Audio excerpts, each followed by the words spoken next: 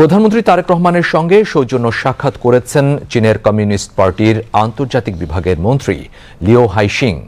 আজ সকালে বেইজিংয়ের রাষ্ট্রীয় দিয়াওইউতাই অতিথি ভবনে এর সাক্ষাৎ অনুষ্ঠিত হয়। বৈঠকের শুরুতে লিও হাইশিং প্রধানমন্ত্রী হিসেবে দায়িত্ব গ্রহণ করায় তারেক রহমানকে অভিনন্দন জানান।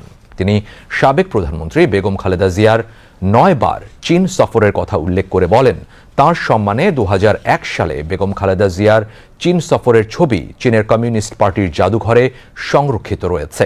তিনি বিএনপি ও চীনের কমিউনিস্ট পার্টির মধ্যে স্বাক্ষরিত সমঝোতা স্মারকের কথা উল্লেখ করে দুই দলের মধ্যে যোগাযোগ ও সহযোগিতা আরও বাড়ানোর আগ্রহ প্রকাশ করেন। বিশেষ করে গণমাধ্যম, থিঙ্ক ট্যাঙ্ক, জনগণের মধ্যে যোগাযোগ এবং জীবনমান উন্নয়নের ক্ষেত্রে ভবিষ্যৎ সহযোগিতার নতুন ক্ষেত্র তৈরি হবে বলে তিনি আশাবাদ ব্যক্ত করেন। চীন বাংলাদেশের সার্বভৌমত্ব, নিরাপত্তা ও উন্নয়নের দৃঢ় সমর্থক উল্লেখ করে ইউ হাইশিং পারস্পরিক সম্মান ও সহযোগিতার ভিত্তিতে দুই দেশের সম্পর্ক এগিয়ে নেওয়ার উপর জোর দেন। প্রধানমন্ত্রী তারেক রহমান বাংলাদেশের উন্নয়ন প্রকল্প ও চীন বাংলাদেশ মৈত্রী হাসপাতাল নির্মাণে চীনের সহযোগিতা প্রত্যাশা করেন।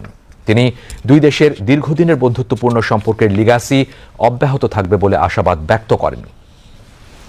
চীনের কমিউনিস্ট পার্টির আন্তর্জাতিক বিভাগের মন্ত্রী প্রধানমন্ত্রীর বক্তব্যের সঙ্গে একমত পোষণ করে আশাবাদ ব্যক্ত করেন, তার নেতৃত্বে বাংলাদেশের জনগণ আরও উন্নত জীবন লাভ করবে।